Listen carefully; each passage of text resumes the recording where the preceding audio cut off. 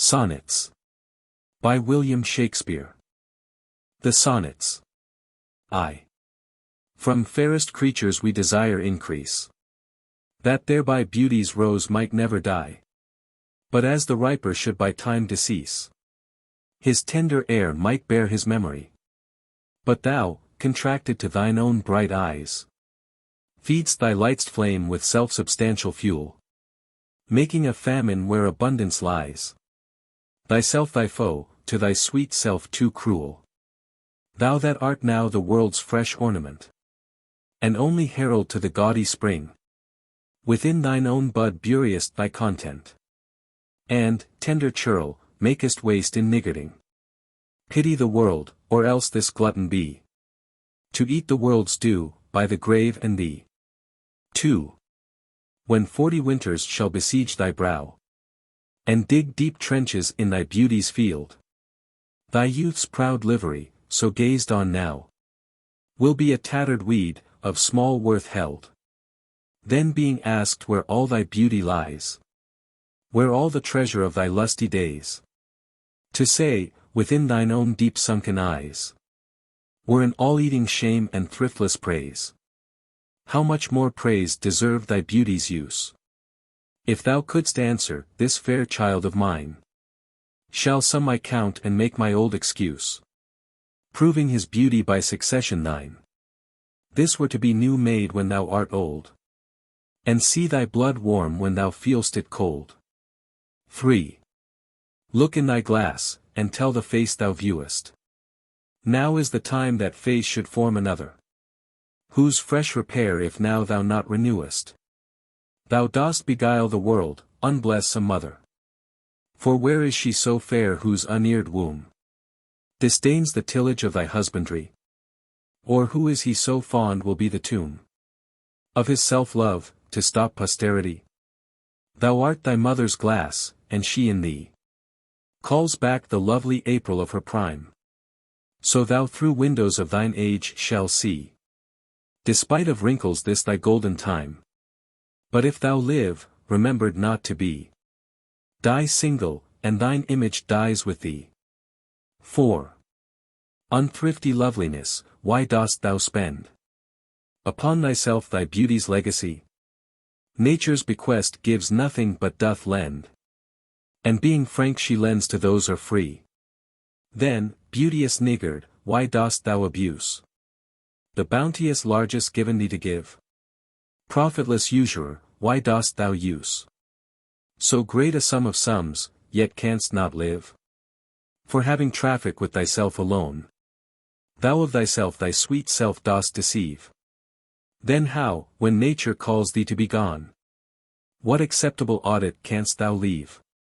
Thy unused beauty must be tuned with thee, which, used, lives executor to be. V. Those hours, that with gentle work did frame the lovely gaze where every eye doth dwell, will play the tyrants to the very same, and that unfair which fairly doth excel. For never resting time leads summer on to hideous winter and confounds him there. Sap checked with frost and lusty leaves quite gone, beauty o'ersnowed and bareness everywhere. Then, were not summer's distillation left, a liquid prisoner pent in walls of glass, beauty's effect with beauty were bereft, nor it nor no remembrance what it was, but flowers distilled though they with winter meet, lease but their show, their substance still lives sweet. 6. Then let not winter's ragged hand deface in thee thy summer, ere thou be distilled.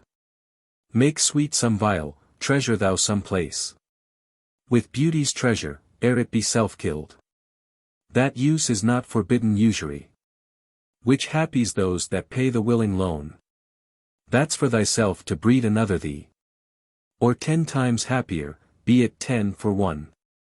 10 times thyself were happier than thou art, if 10 of thine 10 times refigured thee. Then what could death do, if thou shouldst depart, leaving thee living in posterity? Be not self-willed, for thou art much too fair to be death's conquest and make worms thine heir. 7. Lo!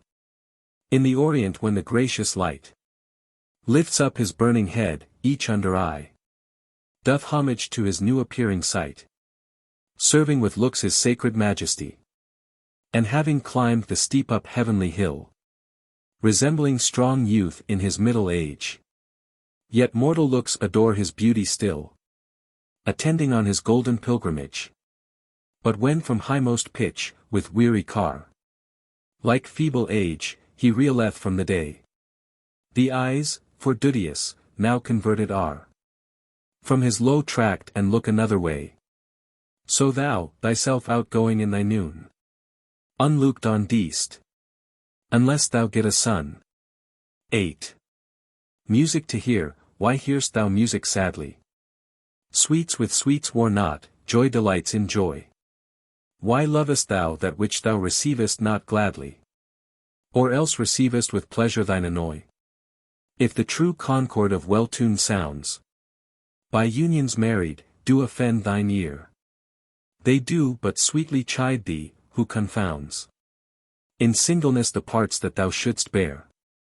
Mark how one string, sweet husband to another, strikes each in each by mutual ordering, resembling sire and child and happy mother, who all in one pleasing note do sing, whose speechless song, being many, seeming one, sings this to thee, thou single wilt prove none. 9. Is it for fear to wed a widow's eye, that thou consumest thyself in single life? Ah! If thou issueless shalt hap to die, the world will wail thee, like a makeless wife. The world will be thy widow and still weep, that thou no form of thee hast left behind, when every private widow well may keep by children's eyes her husband's shape in mind. Look, what an unthrift in the world doth spend, shifts but his place, for still the world enjoys it. But beauty's waste hath in the world an end, and kept unused, the user so destroys it.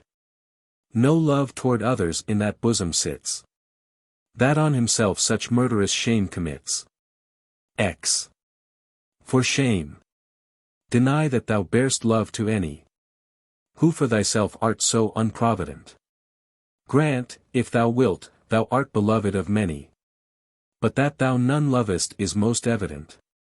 For thou art so possessed with murderous hate, that gainst thyself thou stick'st not to conspire, seeking that beauteous roof to ruinate, which to repair should be thy chief desire. Oh, change thy thought, that I may change my mind. Shall hate be fairer lodged than gentle love? Be, as thy presence is, gracious and kind. Or to thyself at least kind-hearted prove. Make thee another self, for love of me, that beauty still may live in thine or thee. 11. As fast as thou shalt wane, so fast thou growest in one of thine, from that which thou departest, and that fresh blood which youngly thou bestowest, thou mayst call thine when thou from youth convertest. Herein lies wisdom, beauty and increase. Without this, folly, age and cold decay. If all were minded so, the times should cease, and 60 years would make the world away. Let those whom nature hath not made for store, harsh featureless and rude, barrenly perish. Look, whom she best endowed she gave the more, which bounteous gift thou shouldst in bounty cherish. She carved thee for her seal, and meant thereby thou shouldst print more, not let that copy die. 12.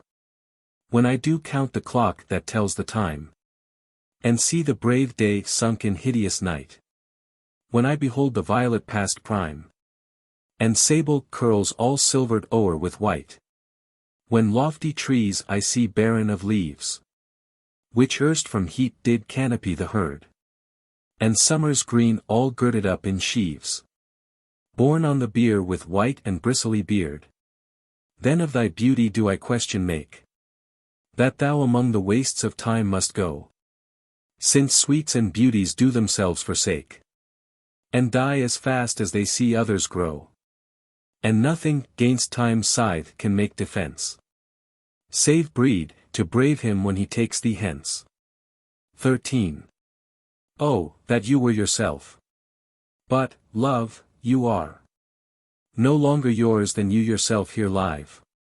Against this coming end you should prepare, and your sweet semblance to some other give.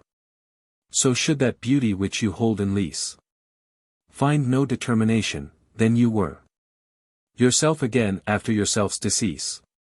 When your sweet issue your sweet form should bear. Who lets so fair a house fall to decay? Which husbandry in honor might uphold against the stormy gusts of winter's day, and barren rage of death's eternal cold? Oh, none but unthrifts. Dear my love, you know. You had a father, let your son say so. 14. Not from the stars do I my judgment pluck. And yet methinks I have astronomy. But not to tell of good or evil luck. Of plagues, of dearths, or seasons' quality. Nor can I fortune to brief minutes tell, pointing to each his thunder, rain and wind. Or say with princes if it shall go well. By oft predict that I in heaven find. But from thine eyes my knowledge I derive. And, constant stars, in them I read such art, as truth and beauty shall together thrive. If from thyself to store thou wouldst convert, or else of thee this I prognosticate. Thy end is truth's and beauty's doom and date. 15. When I consider everything that grows, holds in perfection but a little moment, that this huge stage presenteth not but shows, whereon the stars in secret influence comment. When I perceive that men as plants increase, cheered and checked even by the selfsame sky, vaunt in their youthful sap, at height decrease, and wear their brave state out of memory. Then the conceit of this inconstant stay sets you most rich in youth before my sight, where wasteful time debiteth with decay, to change your day of youth to sullied night, and all in war with time for love of you. As he takes from you, I engraft you new. 16. But wherefore do not you a mightier way make war upon this bloody tyrant, time, and fortify yourself in your decay, with means more blessed than my barren rhyme? Now stand you on the top of happy hours, and many maiden gardens yet unset, with virtuous wish would bear your living flowers, much liker than your painted counterfeit. So should the lines of life that life repair, which this, time's pencil, or my pupil pen, neither in inward worth nor outward fair, can make you live yourself in eyes of men. To give away yourself keeps yourself still, and you must live, drawn by your own sweet skill. 17. Who will believe my verse in time to come, if it were filled with your most high deserts? Though yet, heaven knows, it is but as a tomb, which hides your life and shows not half your parts. If I could write the beauty of your eyes, and in fresh numbers number all your graces, the age to come would say, this poet lies. Such heavenly touches ne'er touched earthly faces. So should my papers yellowed with their age be scorned like old men of less truth than tongue, and your true rights be termed a poet's rage, and stretched meter of an antique song. But were some child of yours alive that time, you should live twice, in it and in my rhyme. 18. Shall I compare thee to a summer's day? Thou art more lovely and more temperate. Rough winds do shake the darling buds of May, and summer's lease hath all too short a date. Sometime too hot the eye of heaven shines, and often is his gold complexion dimmed, and every fair from fair sometime declines, by chance or nature's changing course untrimmed. But thy eternal summer shall not fade, nor lose possession of that fair thou owest. Nor shall death brag thou wanderst in his shade, when in eternal lines to time thou growest. So long as men can breathe or eyes can see, So long lives this and this gives life to thee. 19. Devouring time, blunt thou the lion's paws. And make the earth devour her own sweet brood. Pluck the keen teeth from the fierce tiger's jaws. And burn the long-lived phoenix in her blood. Make glad and sorry seasons as thou fleets. And do whatever thou wilt, swift-footed time. To the wide world and all her fading sweets. But I forbid thee one most heinous crime. Oh, carve not with thy hours my love's fair brow. Nor draw no lines there with thine antique pen. Him in thy course untainted do allow. For beauty's pattern to succeeding men. Yet, do thy worst, old time, despite thy wrong. My love shall in my verse ever live young. XX. A woman's face with nature's own hand painted. Hast thou, the master-mistress of my passion. A woman's gentle heart, but not acquainted with shifting change, as is false women's fashion. An eye more bright than theirs, less false in rolling. Gilding the object whereupon it gazeth. A man in hue, all hues, in his controlling. Much steals men's eyes and women's souls amazeth. And for a woman wert thou first created. Till nature, as she wrought thee, fell a-doting. And by addition me of thee defeated. By adding one thing to my purpose nothing. But since she pricked thee out for women's pleasure. Mine be thy love and thy loves use their treasure. 21. So is it not with me as with that muse. Stirred by a painted beauty to his verse. Who heaven itself for ornament doth use. And every fair with his fair doth rehearse. Making a couplement of proud compare. With sun and moon. With earth and sea's rich gems. With April's firstborn flowers, and all things rare. That heaven's air in this huge ronda hems. Oh, let me, true in love, but truly right. And then believe me, my love is as fair. As any mother's child, though not so bright. As those gold candles fixed in heaven's air. Let them say more than like of hearsay well. I will not praise that purpose not to sell. 22. My glass shall not persuade me I am old. So long as youth and thou are of one date. But when in thee time's furrows I behold. Then look I death my days should expiate. For all that beauty that doth cover thee. Is but the seemly raiment of my heart. Which in thy breast doth live, as thine in me. How can I then be elder than thou art? Oh, therefore, love, be of thyself so wary. As I, not for myself, but for thee will. Bearing thy heart, which I will keep so chary. As tender nurse her babe from faring ill. Presume not on thy heart when mine is slain. Thou gavest me thine, not to give back again. 23. As an unperfect actor on the stage. Who with his fear is put besides his part. Or some fierce thing replete with too much rage. Whose strength's abundance weakens his own heart. So I, for fear of trust, forget to say. The perfect ceremony of love's rite.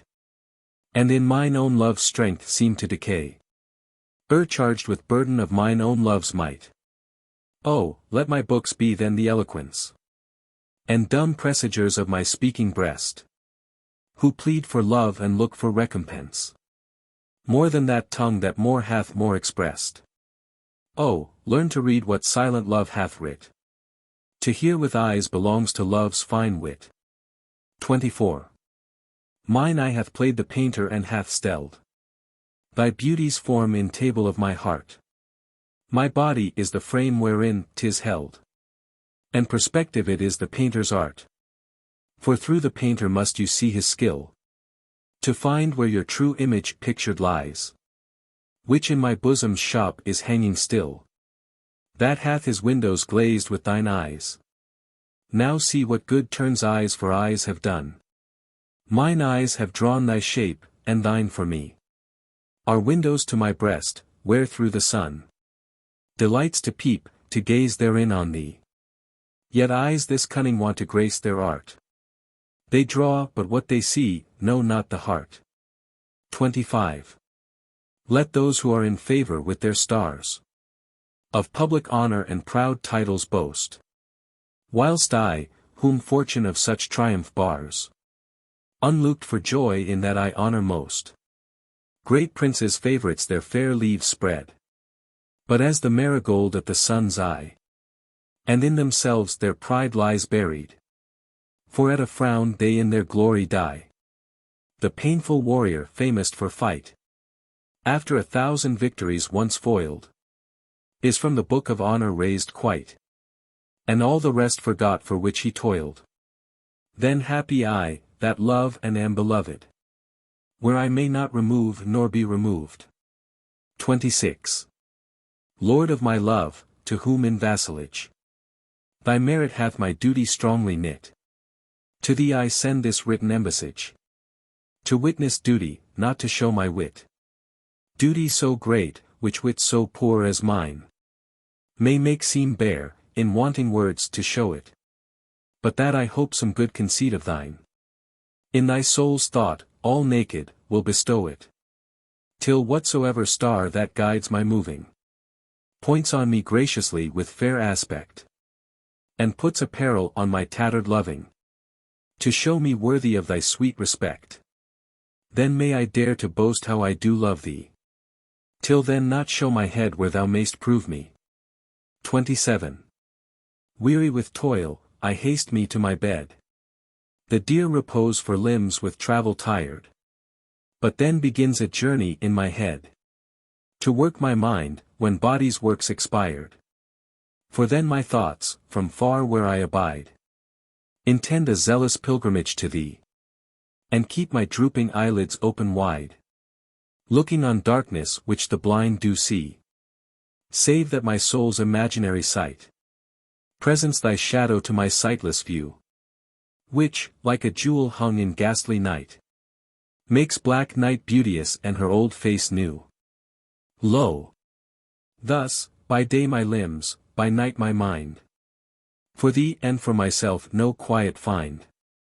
28. How can I then return in happy plight, that am debarred the benefit of rest, when day's oppression is not eased by night, but day by night and night by day, oppressed? And each, though enemies to either's reign, do in consent shake hands to torture me, the one by toil, the other to complain. How far I toil, still farther off from thee. I tell the day, to please them thou art bright, and dost him grace when clouds do blot the heaven. So flatter I the swart-complexioned night, when sparkling stars twire not thou gild'st the even. But day doth daily draw my sorrows longer, and night doth nightly make grief's strength seem stronger. 29. When, in disgrace with fortune and men's eyes, I all alone beweep my outcast state, and trouble deal heaven with my bootless cries, and look upon myself and curse my fate, wishing me like to one more rich in hope, featured like him with friends possessed, desiring this man's art and that man's scope, with what I most enjoy contented least. Yet in these thoughts myself almost despising, haply I think on thee, and then my state, like to the lark at break of day arising, from sullen earth, sings hymns at heaven's gate. For thy sweet love remembered such wealth brings, that then I scorn to change my state with kings. XXX. When to the sessions of sweet silent thought, I summon up remembrance of things past, I sigh the lack of many a thing I sought, and with old woes new wail my dear time's waste. Then can I drown an eye, and use to flow, for precious friends hid in death's dateless night, and weep afresh love's long since cancelled woe, and moan the expense of many a vanished sight. Then can I grieve at grievances foregone, and heavily from woe to woe tell o'er the sad account of forbemoaned moan, which I knew pay as if not paid before. But if the while I think on thee, dear friend, all losses are restored and sorrows end. 31. Thy bosom is endeared with all hearts, which I by lacking have supposed dead. And there reigns love and all love's loving parts, and all those friends which I thought buried. How many a holy and obsequious tear hath dear religious love stolen from mine eye, as interest of the dead, which now appear but things removed that hidden in thee lie. Thou art the grave where buried love doth live, hung with the trophies of my lovers gone, who all their parts of me to thee did give. That due of many now is thine alone. Their images I loved I view in thee. And thou, all they, hast all the all of me. 32. If thou survive my well-contented day, when that churl death my bones with dust shall cover, and shalt by fortune once more resurvey these poor rude lines of thy deceased lover, compare them with the bettering of the time, and though they be outstripped by every pen, reserve them for my love, not for their rhyme, exceeded by the height of happier men. Oh, then vouchsafe me but this loving thought. Had my friend's muse grown with this growing age, a dearer birth than this his love had brought, to march in ranks of better equipage. But since he died and poets better prove, theirs for their style I'll read, his for his love. 33. Full many a glorious morning have I seen flatter the mountain tops with sovereign eye, kissing with golden face the meadows green, gilding pale streams with heavenly alchemy. Anon permit the basest clouds to ride with ugly wrack on his celestial face, and from the forlorn world his visage hide, stealing unseen to west with this disgrace. Even so my sun one early morn did shine, with all triumphant splendor on my brow. But out, alack! He was but 1 hour mine. The region cloud hath masked him from me now. Yet him for this my love no whit disdaineth. Sons of the world may stain when heaven's sun staineth. 34. Why didst thou promise such a beauteous day, and make me travel forth without my cloak, to let base clouds o'ertake me in my way, hiding thy bravery in their rotten smoke? 'Tis not enough that through the cloud thou break, to dry the rain on my storm-beaten face. For no man well of such a salve can speak, that heals the wound and cures not the disgrace. Nor can thy shame give physic to my grief. Though thou repent, yet I have still the loss. The offender's sorrow lends but weak relief to him that bears the strong offence's cross. Ah! But those tears are pearl which thy love sheds, and they are rich and ransom all ill deeds. 35. No more be grieved at that which thou hast done. Roses have thorns, and silver fountains mud. Clouds and eclipses stain both moon and sun. And loathsome canker lives in sweetest bud. All men make faults, and even I in this, authorizing thy trespass with compare. Myself corrupting, salving thy amiss, excusing thy sins more than thy sins are. For to thy sensual fault I bring incense. Thy adverse party is thy advocate, and gainst myself a lawful plea commence. Such civil war is in my love and hate, that I an accessory needs must be to that sweet thief which sourly robs from me. 36. Let me confess that we two must be twain. Although our undivided loves are one, so shall those blots that do with me remain. Without thy help by me be borne alone.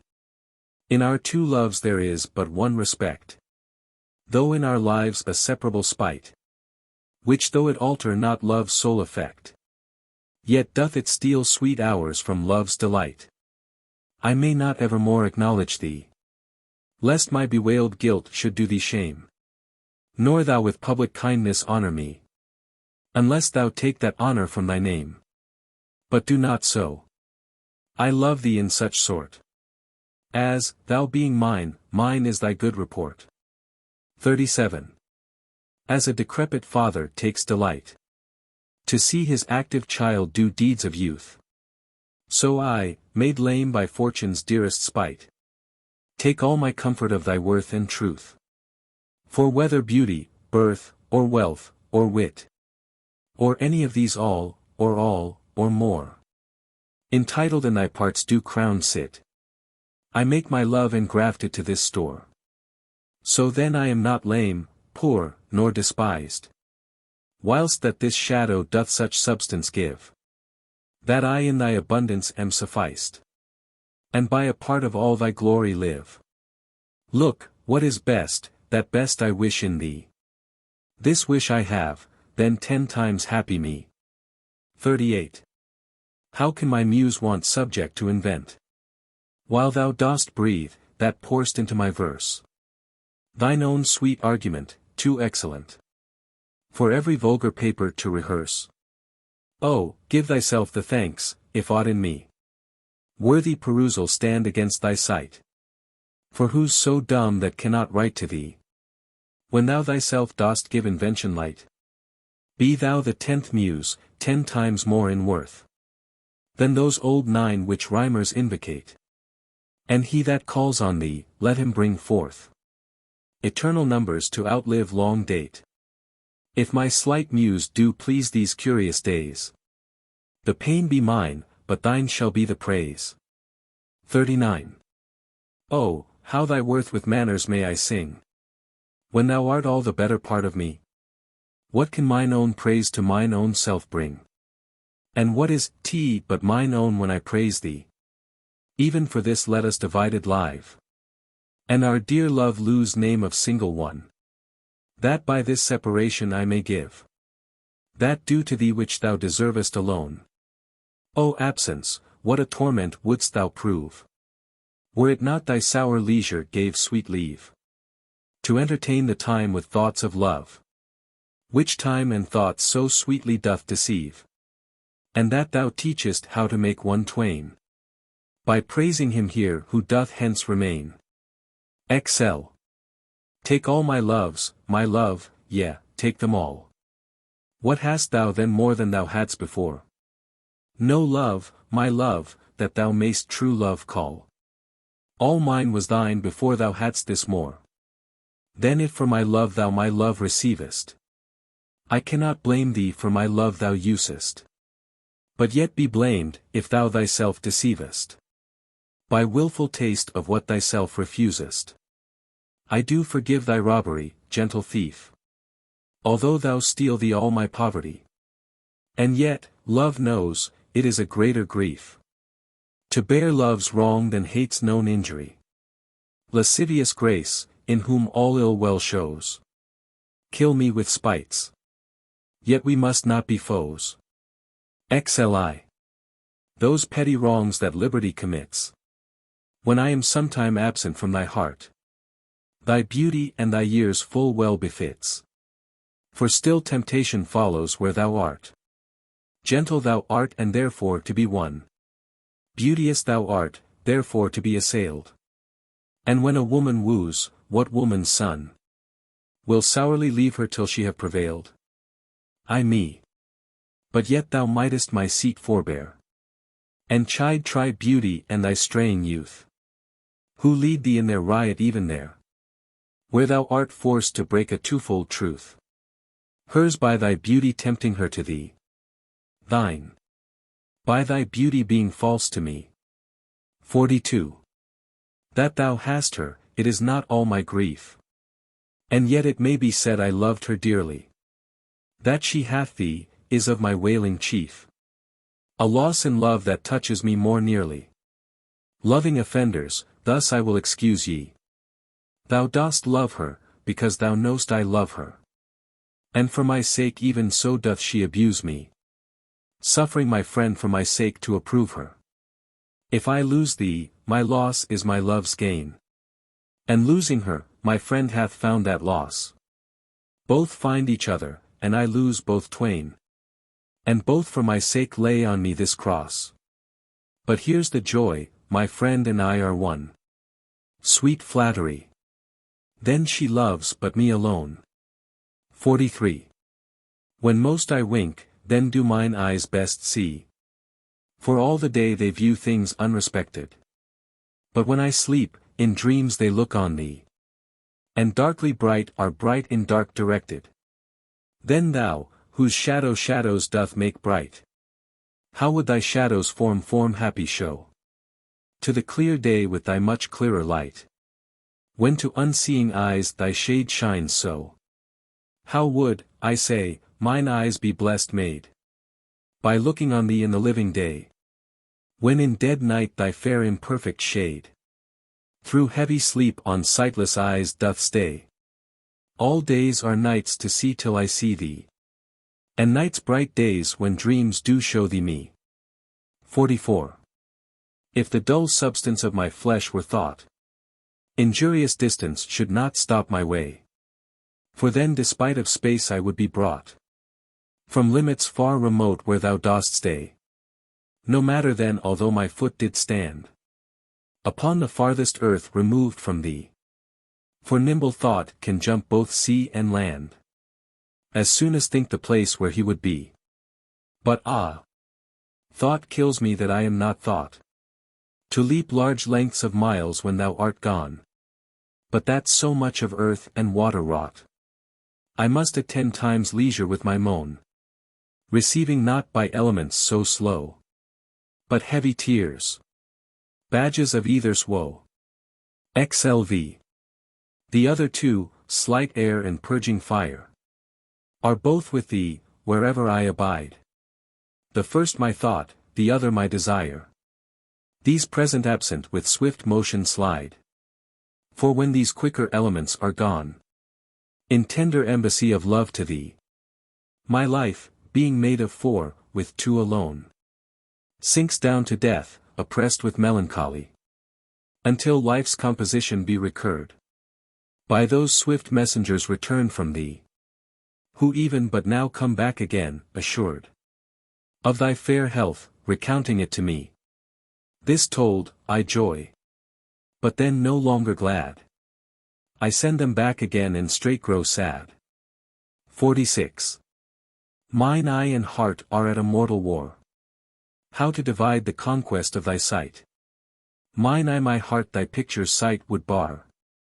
My heart mine eye the freedom of that right. My heart doth plead that thou in him dost lie. A closet never pierced with crystal eyes. But the defendant doth that plea deny. And says in him thy fair appearance lies. To side this title is impaneled. A quest of thoughts, all tenants to the heart. And by their verdict is determined the clear eye's moiety and the dear heart's part. As thus. Mine eyes do is thy outward part. And my heart's right thy inward love of heart. 47. Betwixt mine eye and heart a league is took. And each doth good turns now unto the other. When that mine eye is famished for a look. Or heart in love with sighs himself doth smother. With my love's picture then my eye doth feast. And to the painted banquet bids my heart. Another time mine eye is my heart's guest. And in his thoughts of love doth share a part. So, either by thy picture or my love. Thyself away art resent still with me. For thou not farther than my thoughts canst move. And I am still with them and they with thee. Or, if they sleep, thy picture in my sight awakes my heart to heart's and eyes' delight. 48. How careful was I, when I took my way, each trifle under truest bars to thrust, that to my use it might in used stay, from hands of falsehood, in sure wards of trust. But thou, to whom my jewels trifles are most worthy of comfort, now my greatest grief, thou, best of dearest and mine only care, art left the prey of every vulgar thief. Thee have I not locked up in any chest, save where thou art not, though I feel thou art within the gentle closure of my breast, from whence at pleasure thou mayst come and part. And even thence thou wilt be stolen, I fear.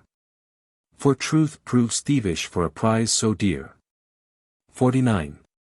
Against that time, if ever that time come, when I shall see thee frown on my defects, When as thy love hath cast his utmost sum, called to that audit by advised respects, against that time when thou shalt strangely pass, and scarcely greet me with that sun thine eye, when love, converted from the thing it was, shall reasons find of settled gravity, against that time do I ensconce me here, within the knowledge of mine own desert, and this my hand against myself uprear, to guard the lawful reasons on thy part.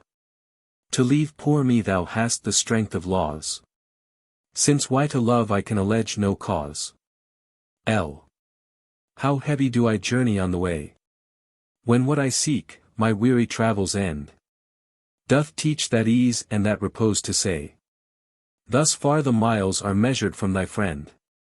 The beast that bears me, tired with my woe, plods dully on, to bear that weight in me, as if by some instinct the wretch did know his rider loved not speed, being made from thee. The bloody spur cannot provoke him on, that sometimes anger thrusts into his hide, which heavily he answers with a groan, more sharp to me than spurring to his side. For that same groan doth put this in my mind, my grief lies onward and my joy behind. Thus can my love excuse the slow offense of my dull bearer when from thee I speed. From where thou art why should I haste me thence? Till I return, of posting is no need. Oh, what excuse will my poor beast then find, when swift extremity can seem but slow? Then should I spur, though mounted on the wind. In winged speed no motion shall I know. Then can no horse with my desire keep pace. Therefore desire of perfect'st love being made, shall nay no dull flesh in his fiery race. But love, for love, thus shall excuse my jade, since from thee going he went wilful slow. Towards thee I'll run, and give him leave to go. So am I as the rich, whose blessed key can bring him to his sweet uplocked treasure, the which he will not every hour survey, for blunting the fine point of seldom pleasure. Therefore are feasts so solemn and so rare, since, seldom coming, in the long year set, like stones of worth they thinly placed are, or capped in jewels in the carcanet. So is the time that keeps you as my chest, or as the wardrobe which the robe doth hide, to make some special instant special blessed, by new unfolding his imprisoned pride. Blessed are you, whose worthiness gives scope, being had, to triumph, being lacked, to hope. 53. What is your substance, whereof are you made, that millions of strange shadows on you tend? Since every one hath, every one, one shade, and you, but one, can every shadow lend. Describe Adonis, and the counterfeit is poorly imitated after you. On Helen's cheek all art of beauty set, and you in Grecian tires are painted new. Speak of the spring and foison of the year. The one doth shadow of your beauty show, the other as your bounty doth appear. And you in every blessed shape we know. In all external grace you have some part, but you like none, none you, for constant heart. Oh, how much more doth beauty beauteous seem, by that sweet ornament which truth doth give. The rose looks fair, but fairer we it deem, for that sweet odor which doth in it live. The canker blooms have full as deep a dye, as the perfumed tincture of the roses. Hang on such thorns and play as wantonly, when summer's breath their masked buds discloses. But, for their virtue only is their show, they live unwooed and unrespected fade, die to themselves. Sweet roses do not so. Of their sweet deaths are sweetest odors made. And so of you, beauteous and lovely youth. When that shall fade, my verse distills your truth. Not marble, nor the gilded monuments of princes, shall outlive this powerful rhyme. But you shall shine more bright in these contents than unswept stone besmeared with sluttish time. When wasteful war shall statues overturn, and broils root out the work of masonry. Nor Mars his sword nor war's quick fire shall burn the living record of your memory. 'Gainst death and all oblivious enmity shall you pace forth. Your praise shall still find room, even in the eyes of all posterity, that wear this world out to the ending doom. So, till the judgment that yourself arise, you live in this, and dwell in lovers' eyes. LVI. Sweet love, renew thy force.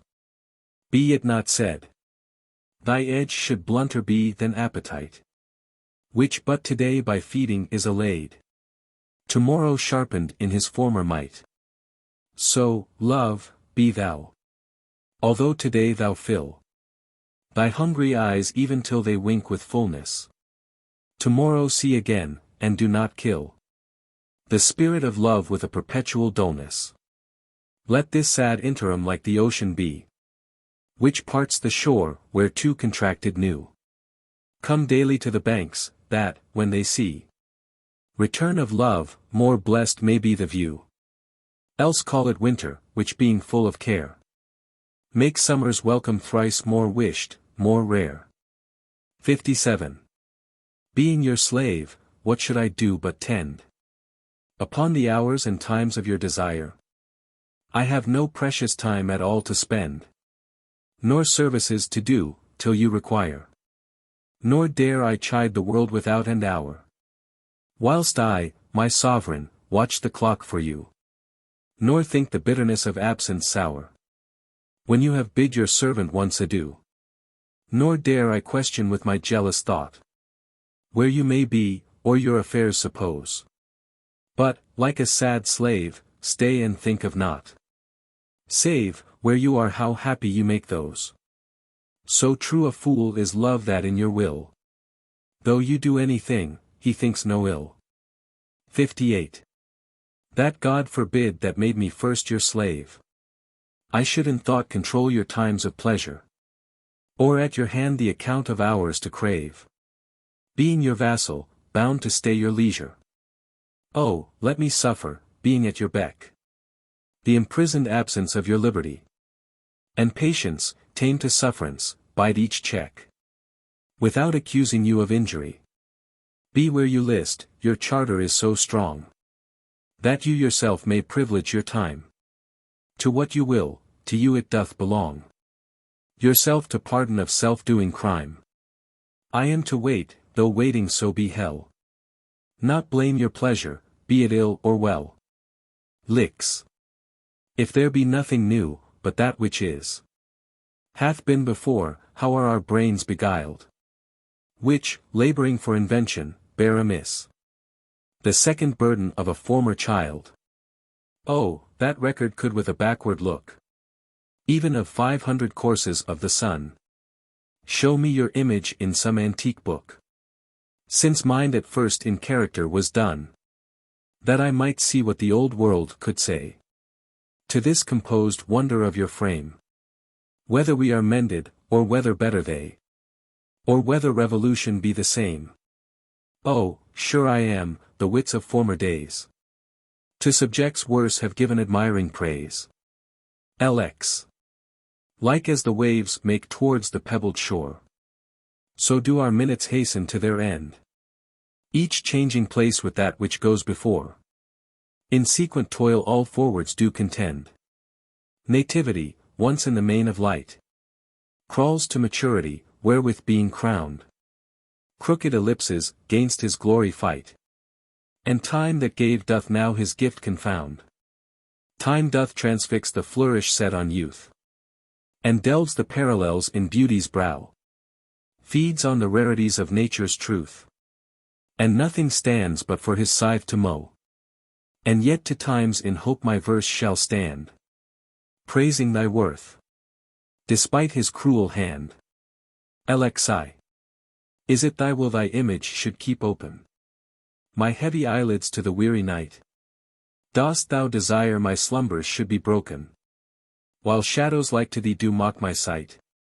Is it thy spirit that thou send'st from thee, So far from home into my deeds to pry. To find out shames and idle hours in me. The scope and tenor of thy jealousy?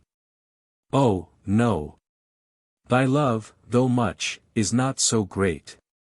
It is my love that keeps mine eye awake. Mine own true love that doth my rest defeat.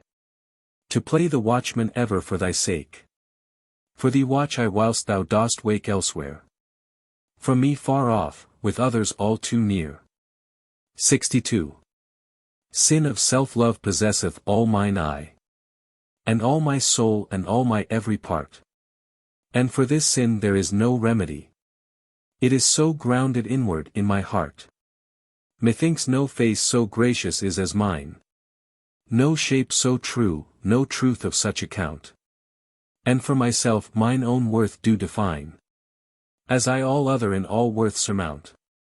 But when my glass shows me myself indeed, beat and chopped with tanned antiquity, mine own self-love quite contrary I read. Self so self-loving were iniquity. 'Tis thee, myself, that for myself I praise. Painting my age with beauty of thy days. 63. Against my love shall be, as I am now. With time's injurious hand crushed and o'erworn. When hours have drained his blood and filled his brow.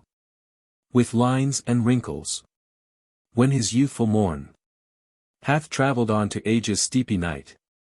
And all those beauties whereof now he's king. Are vanishing or vanished out of sight. Stealing away the treasure of his spring. For such a time do I now fortify. Against confounding age's cruel knife. That he shall never cut from memory. My sweet love's beauty, though my lover's life.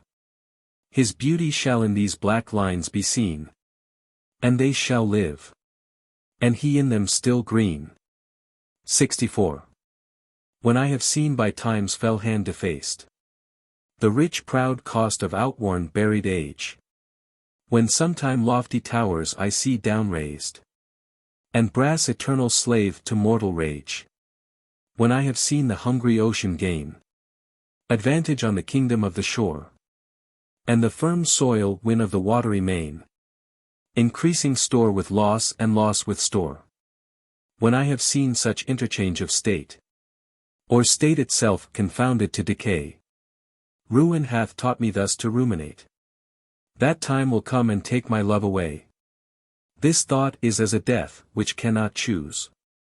But weep to have that which it fears to lose. LXV. Since brass, nor stone, nor earth, nor boundless sea. But sad mortality o'ersweighs their power. How with this rage shall beauty hold a plea? Whose action is no stronger than a flower? Oh, how shall summer's honey breath hold out? Against the wreckful siege of battering days. When rocks impregnable are not so stout. Nor gates of steel so strong, but time decays. O fearful meditation! Where, alack! Shall time's best jewel from time's chest lie hid? Or what strong hand can hold his swift foot back? Or who his spoil of beauty can forbid? Oh, none, unless this miracle have might. That in black ink my love may still shine bright. 66. Tired with all these, for restful death I cry. As, to behold desert a beggar born. And needy nothing trimmed in jollity. And purest faith unhappily forsworn. And gilded honor shamefully misplaced. And maiden virtue rudely strumpet. And right perfection wrongfully disgraced. And strength by limping sway disabled. And art made tongue-tied by authority. And folly doctor-like controlling skill. And simple truth miscalled simplicity. And captive good attending captain ill. Tired with all these, from these would I be gone. Save that, to die, I leave my love alone. 67. Ah! Wherefore with infection should he live? And with his presence grace impiety. That sin by him advantage should achieve. And lace itself with his society? Why should false painting imitate his cheek? And steal dead seeing of his living hue? why should poor beauty indirectly seek roses of shadow, since his rose is true? Why should he live, now nature bankrupt is, beggared of blood to blush through lively veins? For she hath no exchequer now but his, and, proud of many, lives upon his gains. Oh, him she stores, to show what wealth she had in days long since, before these last so bad. 68. Thus is his cheek the map of days outworn, when beauty lived and died as flowers do now, before the bastard signs of fair were born, or durst inhabit on a living brow, before the golden tresses of the dead, the right of sepulchres, were shorn away, to live a second life on second head, ere beauty's dead fleece made another gay. In him those holy antique hours are seen, without all ornament, itself and true, making no summer of another's green, robbing no old to dress his beauty new. And him as for a map doth nature store, to show false art what beauty was of yore. 69. Those parts of thee that the world's eye doth view, want nothing that the thought of hearts can mend. All tongues, the voice of souls, give thee that due, uttering bare truth, even so as foes commend. Thy outward thus with outward praise is crowned, but those same tongues that give thee so thine own, in other accents do this praise confound. By seeing farther than the eye hath shown, they look into the beauty of thy mind, and that, in guess, they measure by thy deeds. Then, churls, their thoughts, although their eyes were kind, to thy fair flower add the rank smell of weeds. But why thy odor matcheth not thy show? The solve is this, that thou dost common grow. 70. That thou art blamed shall not be thy defect, for slander's mark was ever yet the fair. The ornament of beauty is suspect, a crow that flies in heaven's sweetest air. So thou be good, slander doth but approve thy worth the greater, being wooed of time. For canker vice the sweetest buds doth love, and thou present'st a pure unstained prime. Thou hast passed by the ambush of young days, either not assailed or victor being charged. Yet this thy praise cannot be so thy praise, to tie up envy evermore enlarged. If some suspect of ill masked not thy show, then thou alone kingdoms of hearts shouldst owe. 71. No longer mourn for me when I am dead. Then you shall hear the surly sullen bell give warning to the world that I am fled from this vile world, with vilest worms to dwell. Nay, if you read this line, remember not the hand that writ it. For I love you so, that I in your sweet thoughts would be forgot, if thinking on me then should make you woe.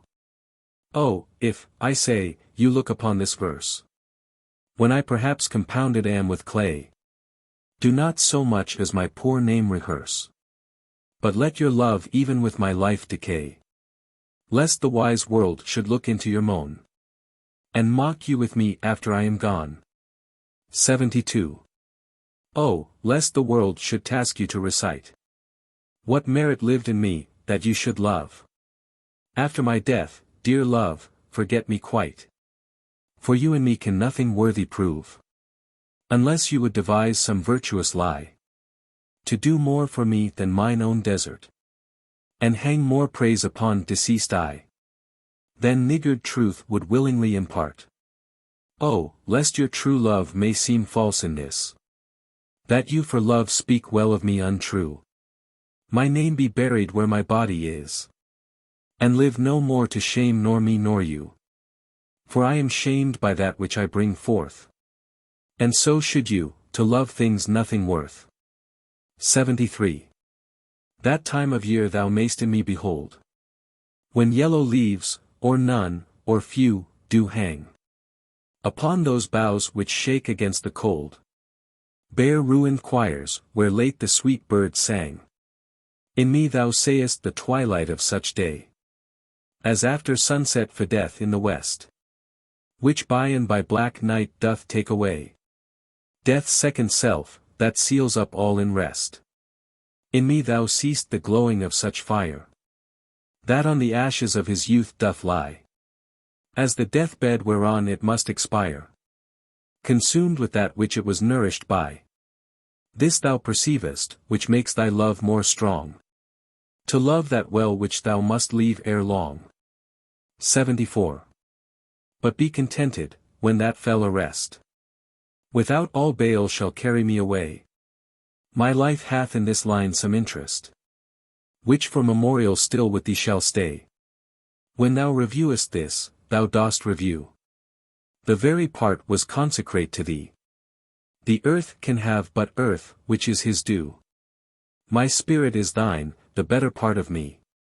So then thou hast but lost the dregs of life, the prey of worms, my body being dead, the coward conquest of a wretch's knife, too base of thee to be remembered. The worth of that is that which it contains, and that is this, and this with thee remains. 75. So are you to my thoughts as food to life, or as sweet season showers are to the ground. And for the peace of you I hold such strife, as, twixt a miser and his wealth is found. Now proud as an enjoyer and anon, doubting the filching age will steal his treasure. Now counting best to be with you alone, then better that the world may see my pleasure. Sometime all full with feasting on your sight, and by clean starved for a look, possessing or pursuing no delight, save what is had or must from you be took. Thus do I pine and surfeit day by day, or gluttoning on all, or all away. 76. Why is my verse so barren of new pride, so far from variation or quick change? Why with the time do I not glance aside to new-found methods and to compounds strange? Why write I still all one, ever the same, and keep invention in a noted weed, that every word doth almost tell my name, showing their birth and where they did proceed? Oh, no, sweet love, I always write of you, and you and love are still my argument. So all my best is dressing old words new, spending again what is already spent. For as the sun is daily new and old, so is my love still telling what is told. 77. Thy glass will show thee how thy beauties wear, thy dial how thy precious minutes waste. The vacant leaves thy mind's imprint will bear, and of this book this learning mayst thou taste. The wrinkles which thy glass will truly show, of mouthed graves will give thee memory. Thou by thy dial's shady stealth mayst know time's thievish progress to eternity.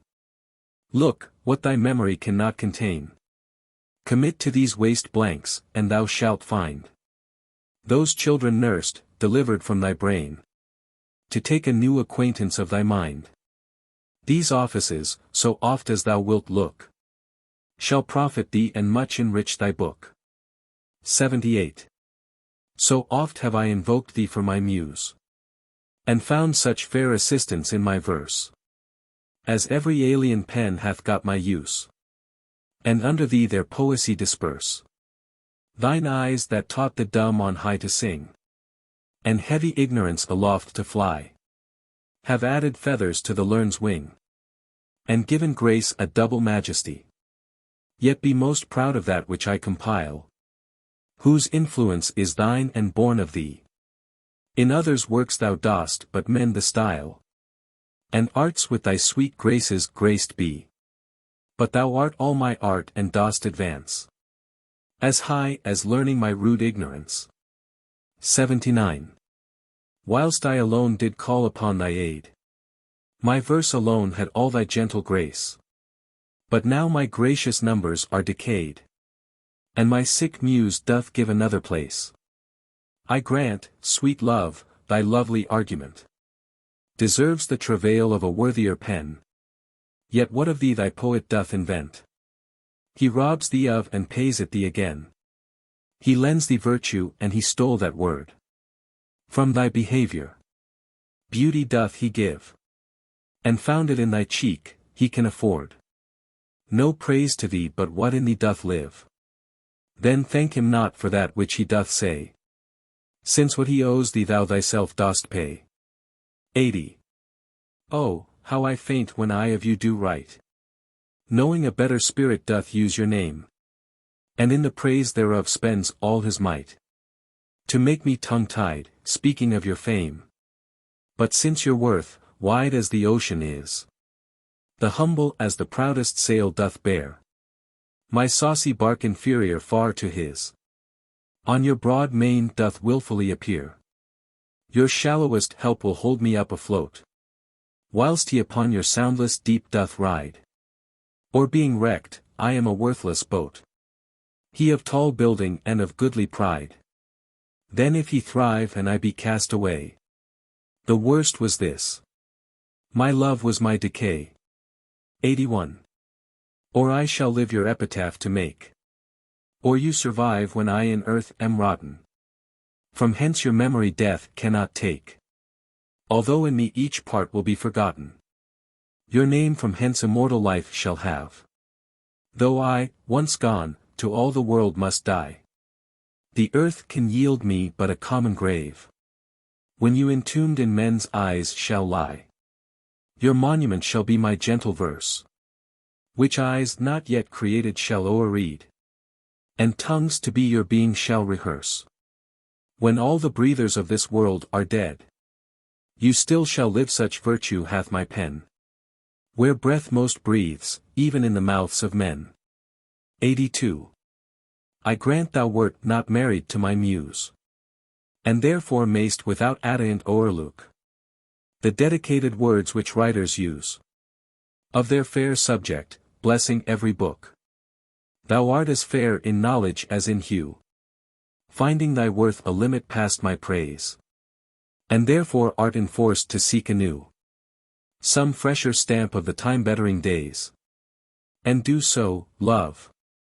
Yet when they have devised what strained touches rhetoric can lend, thou truly fair wert truly sympathized in true plain words by thy true-telling friend, and their gross painting might be better used where cheeks need blood, in thee it is abused. 83. I never saw that you did painting need, and therefore to your fair no painting set.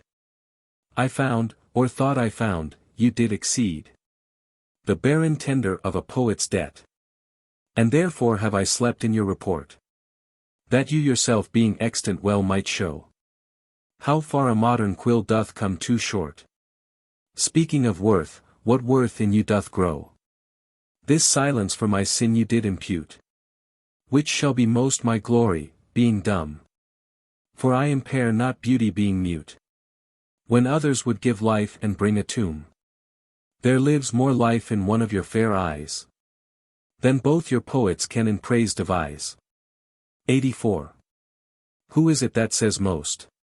Which can say more than this rich praise, that you alone are you, in whose confine immured is the store, which should example where your equal grew.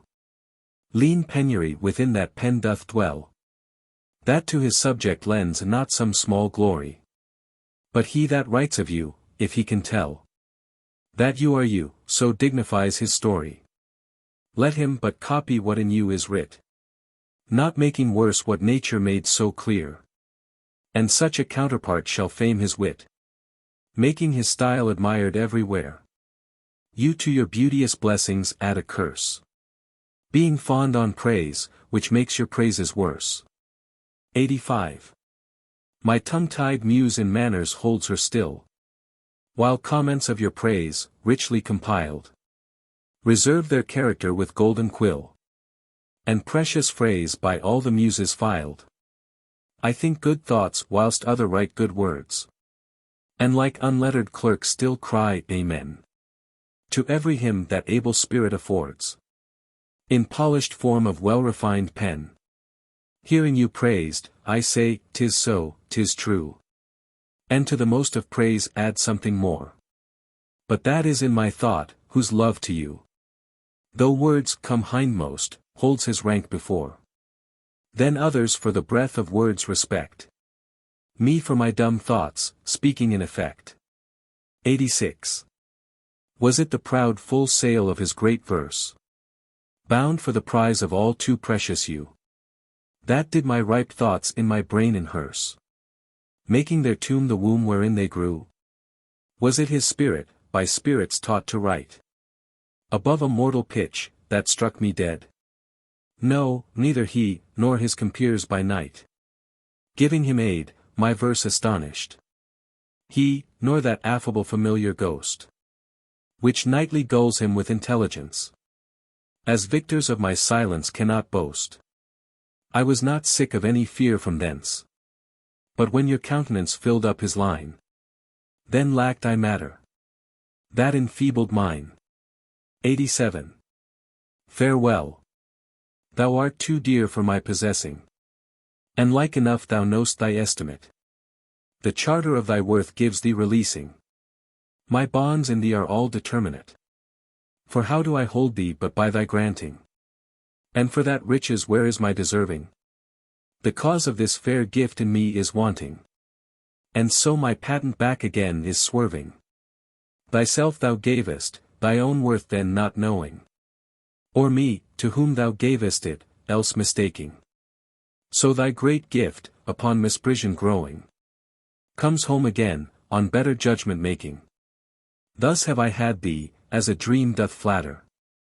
In sleep a king, but waking no such matter. 88. When thou shalt be disposed to set me light, and place my merit in the eye of scorn, upon thy side against myself I'll fight, and prove thee virtuous, though thou art forsworn. With mine own weakness being best acquainted, upon thy part one can set down a story of faults concealed, wherein I am attainted, that thou in losing me shalt win much glory, and I by this will be a gainer too, for bending all my loving thoughts on thee. The injuries that to myself I do, doing thee vantage, double vantage me.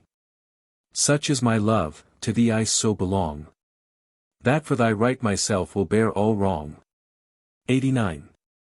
Say that thou didst forsake me for some fault, and I will comment upon that offense. Speak of my lameness, and I straight will halt, against thy reasons making no defense.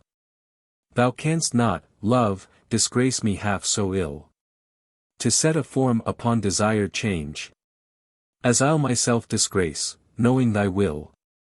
I will acquaintance strangle and look strange, be absent from thy walks, and in my tongue thy sweet beloved name no more shall dwell, lest I, too much profane, should do it wrong, and haply of our old acquaintance tell. For thee against myself I'll vow debate, for I must ne'er love him whom thou dost hate. Xc.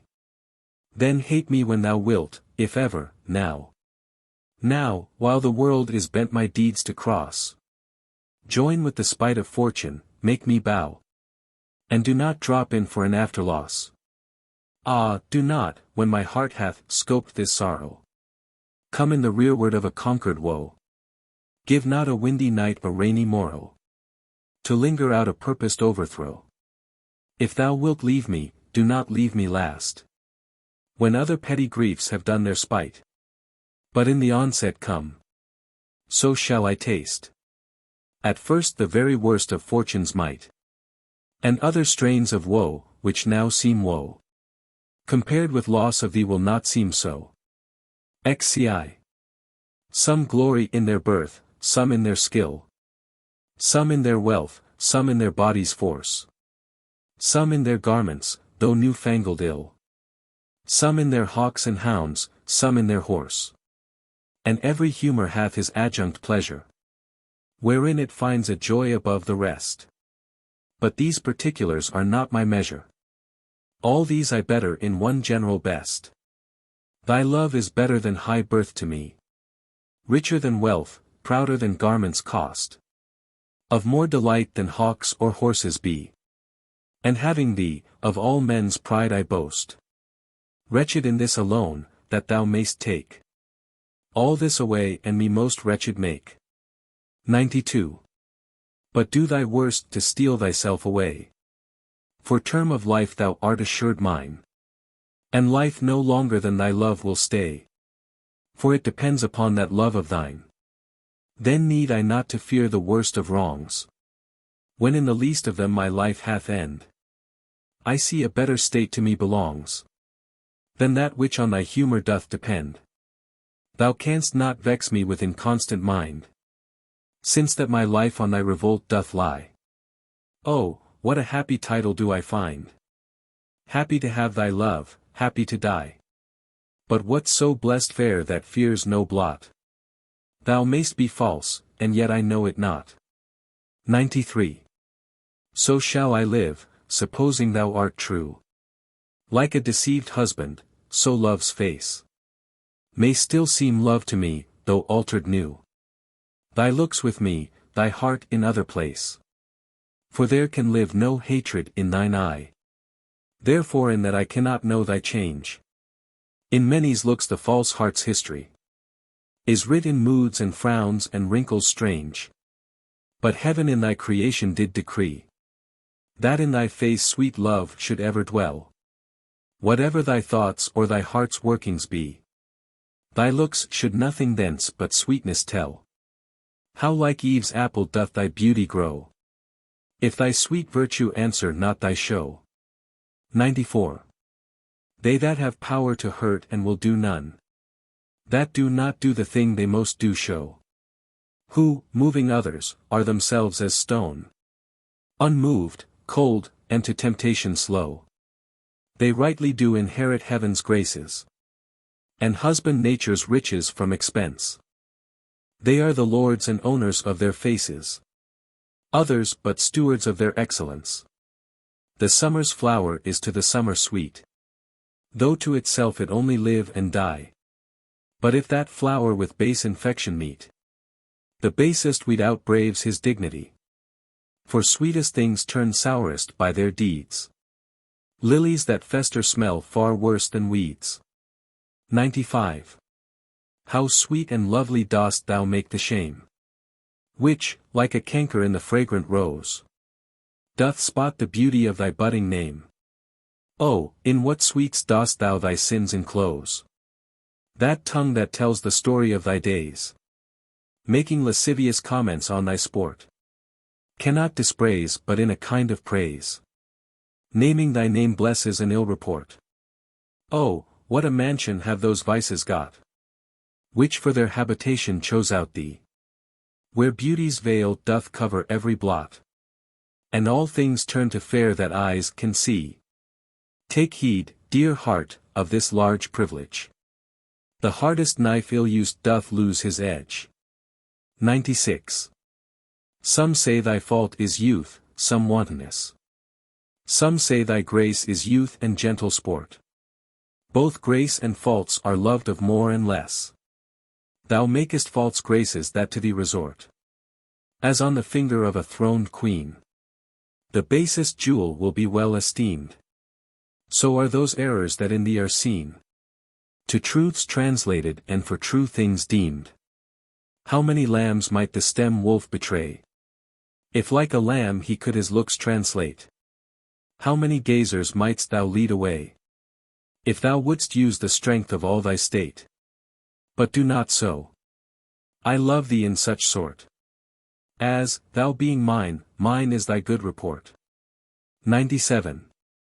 How like a winter hath my absence been from thee, the pleasure of the fleeting year. What freezings have I felt, what dark days seen, what old December's bareness everywhere. And yet this time removed was summer's time, the teeming autumn, big with rich increase, bearing the wanton burden of the prime, like widowed wombs after their lord's decease. Yet this abundant issue seemed to me but hope of orphans and unfathered fruit. For summer and his pleasures wait on thee, and, thou away, the very birds are mute. Or, if they sing, 'tis with so dull a cheer, that leaves look pale, dreading the winter's near. 98. From you have I been absent in the spring, when proud-pied April dressed in all his trim hath put a spirit of youth in everything. That heavy Saturn laughed and leaped with him. Yet nor the lays of birds nor the sweet smell of different flowers in odor and in hue could make me any summer story tell, or from their proud lap pluck them where they grew. Nor did I wonder at the lilies white, nor praise the deep vermilion in the rose. They were but sweet, but figures of delight, drawn after you, you pattern of all those. Yet seemed it winter still, and, you away. As with your shadow I with these did play. 99. The forward violet thus did I chide. Sweet thief, whence didst thou steal thy sweet that smells? If not from my love's breath. The purple pride, which on thy soft cheek for complexion dwells. In my love's veins thou hast too grossly dyed. The lily I condemned for thy hand. And buds of marjoram had stolen thy hair. The roses fearfully on thorns did stand. One blushing shame, another white despair. A third, nor red nor white, had stolen of both. And to his robbery had annexed thy breath. But, for his theft, in pride of all his growth, a vengeful canker eat him up to death. More flowers I noted, yet I none could see. But sweet or color it had stolen from thee. See. Where art thou, Muse, that thou forget'st so long to speak of that which gives thee all thy might? Spend'st thou thy fury on some worthless song, darkening thy power to lend base subjects light? Return, forgetful Muse, and straight redeem in gentle numbers time so idly spent. Sing to the ear that doth thy lays esteem, and gives thy pen both skill and argument.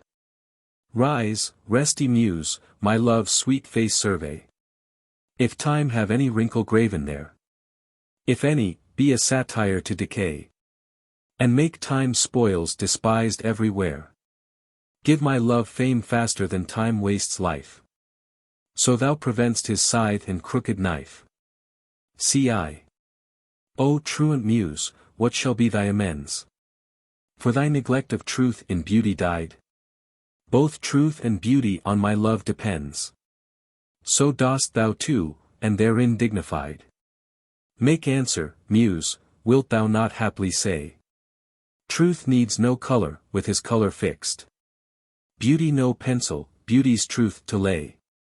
But best is best, if never intermixed. Because he needs no praise, wilt thou be dumb? Excuse not silence so. For 't lies in thee to make him much outlive a gilded tomb, and to be praised of ages yet to be. Then do thy office, Muse, I teach thee how to make him seem long hence as he shows now. Cii. My love is strengthened, though more weak in seeming. I love not less, though less the show appear. That love is merchandised whose rich esteeming the owner's tongue doth publish everywhere. Our love was new and then but in the spring, when I was wont to greet it with my lays, as Philomel in summer's front doth sing, and stops her pipe in growth of riper days. Not that the summer is less pleasant now than when her mournful hymns did hush the night, but that wild music burthens every bough, and sweets grown common lose their dear delight. Therefore like her I sometime hold my tongue, because I would not dull you with my song. Cii. Alack, what poverty my Muse brings forth, that having such a scope to show her pride, the argument all bare is of more worth than when it hath my added praise beside. Oh, blame me not, if I no more can write. Look in your glass, and there appears a face that overgoes my blunt invention quite, dulling my lines and doing me disgrace. Were it not sinful then, striving to mend, to mar the subject that before was well? For to no other pass my verses tend than of your graces and your gifts to tell. And more, much more, than in my verse can sit. Your own glass shows you when you look in it. Civ. To me, fair friend, you never can be old. For as you were when first your eye I eyed, such seems your beauty still. 3 winters cold have from the forests shook 3 summers' pride. 3 beauteous springs to yellow autumn turned. In process of the seasons have I seen 3 April perfumes in 3 hot Junes burned. Since first I saw you fresh, which yet are green. Ah!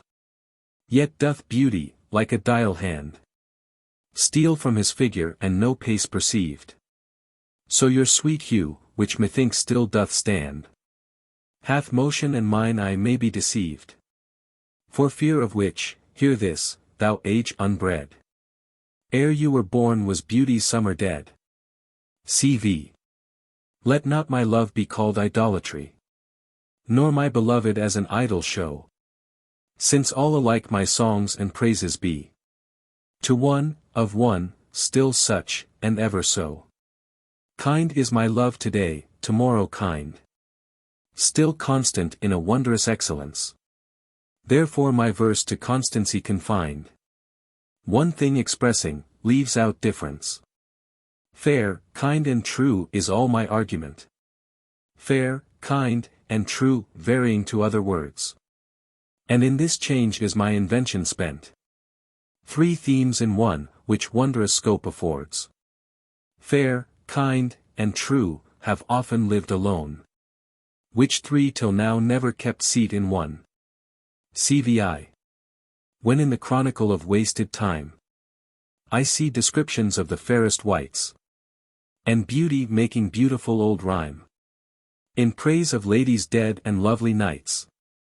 Then, in the blazon of sweet beauty's best, of hand, of foot, of lip, of eye, of brow, I see their antique pen would have expressed even such a beauty as you master now.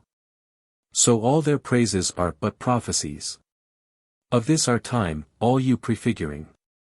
And, for they looked but with divining eyes, they had not skill enough your worth to sing. For we, which now behold these present days, had eyes to wonder, but lack tongues to praise. CVI.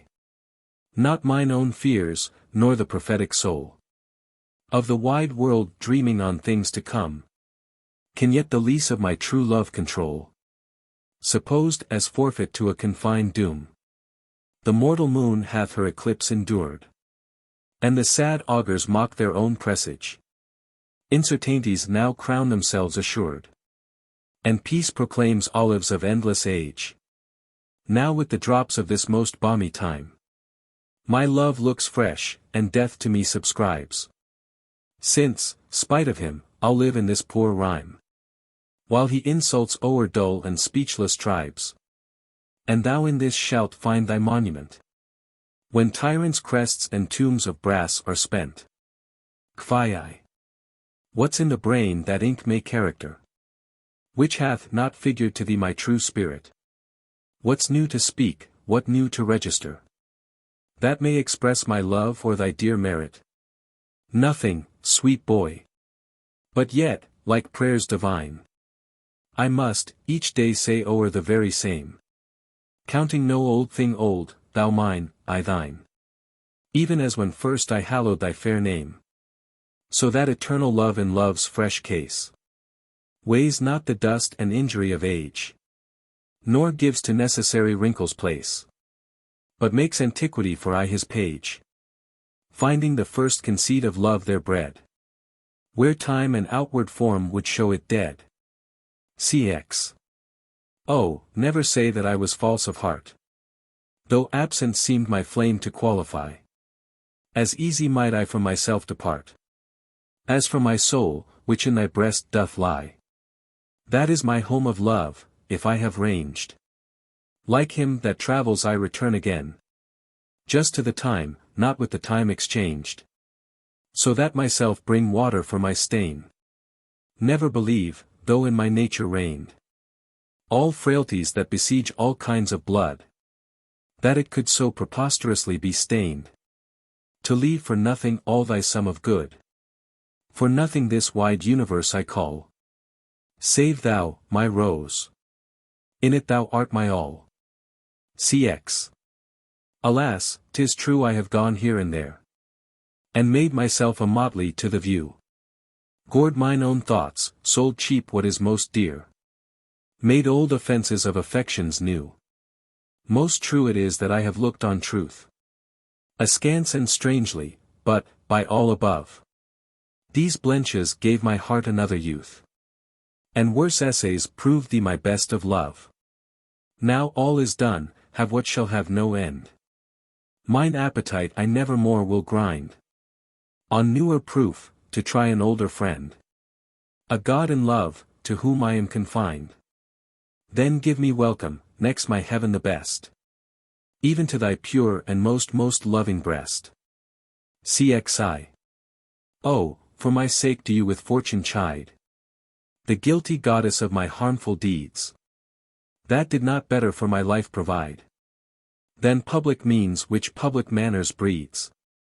Thence comes it that my name receives a brand, and almost thence my nature is subdued to what it works in, like the dyer's hand. Pity me then and wish I were renewed. Whilst, like a willing patient, I will drink potions of isle, gainst my strong infection. No bitterness that I will bitter think, nor double penance, to correct correction. Pity me then, dear friend, and I assure ye, even that your pity is enough to cure me. Cxi. Your love and pity doth the impression fill, which vulgar scandal stamped upon my brow. For what care I who calls me well or ill? So you o'ergreen my bad, my good allow. You are my all the world, and I must strive to know my shames and praises from your tongue. None else to me, nor I to none alive, that my steeled sense or changes right or wrong.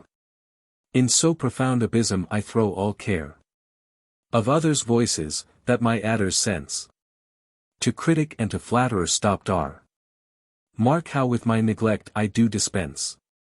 You are so strongly in my purpose bred, that all the world besides methinks are dead. Xi. Since I left you, mine eye is in my mind, and that which governs me to go about doth part his function and is partly blind. Seems seeing, but effectually is out. For it no form delivers to the heart of bird of flower, or shape, which it doth latch. Of his quick objects hath the mind no part, nor his own vision holds what it doth catch. For if it see the rudest or gentlest sight, the most sweet favour or deformedst creature, the mountain or the sea, the day or night, the crow or dove, it shapes them to your feature. Incapable of more, replete with you. My most true mind thus makes mine eye untrue. Cxiv. Or whether doth my mind, being crowned with you, drink up the monarch's plague, this flattery? Or whether shall I say, mine eye saith true, and that your love taught it this alchemy, to make of monsters and things indigest such cherubins as your sweet self resemble, creating every bad a perfect best, as fast as objects to his beams assemble? Oh, 'tis the first. 'Tis flattery in my seeing, and my great mind most keenly drinks it up. Mine eye well knows what with his gust is greeing, and to his palate doth prepare the cup. If it be poisoned, 'tis the lesser sin, that mine eye loves it and doth first begin. Cxv. Those lines that I before have writ do lie, even those that said I could not love you dearer. Yet then my judgment knew no reason why my most full flame should afterwards burn clearer. But reckoning time, whose millioned accidents creep in, twixt vows and change decrees of kings, tan sacred beauty, blunt the sharpest intents, divert strong minds to the course of altering things. Alas, why, fearing of time's tyranny, might I not then say, now I love you best, when I was certain o'er uncertainty, crowning the present, doubting of the rest? Love is a babe. Then might I not say so, to give full growth to that which still doth grow? Cxvi. Let me not to the marriage of true minds admit impediments. Love is not love, which alters when it alteration finds, or bends with the remover to remove. Oh no! It is an ever-fixed mark, that looks on tempests and is never shaken. It is the star to every wandering bark, whose worth's unknown, although his height be taken. Love's not time's fool, though rosy lips and cheeks within his bending sickle's compass come. Love alters not with his brief hours and weeks, but bears it out even to the edge of doom. If this be error and upon me proved, I never writ, nor no man ever loved. Xvi. Accuse me thus, that I have scant all, wherein I should your great deserts repay. Forgot upon your dearest love to call, whereto all bonds do tie me day by day. That I have frequent been with unknown minds, and given to time your own dear purchased right. That I have hoisted sail to all the winds, which should transport me farthest from your sight. Book both my wilfulness and errors down, and on just proof surmise accumulate. Bring me within the level of your frown, but shoot not at me in your wakened hate.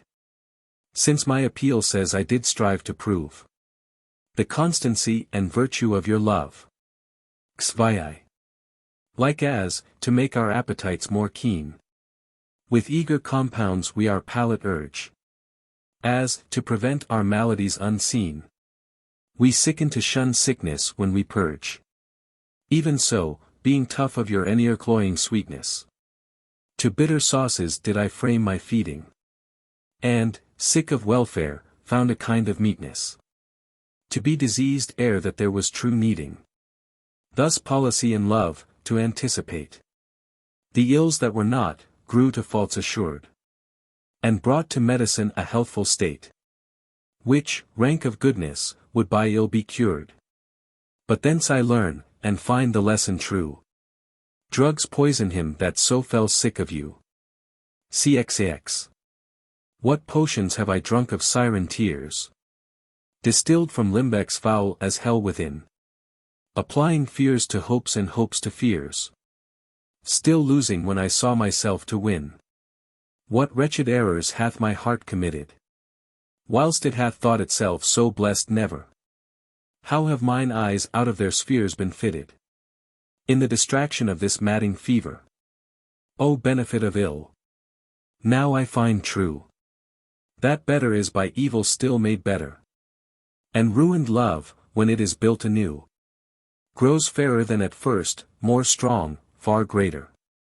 So I return rebuke to my content, and gain by ill thrice more than I have spent. Cxx. That you were once unkind befriends me now, and for that sorrow which I then did feel, needs must I under my transgression bow, unless my nerves were brass or hammered steel. For if you were by my unkindness shaken, as I by yours, you've passed a hell of time. And I, a tyrant, have no leisure taken to weigh how once I suffered in your crime.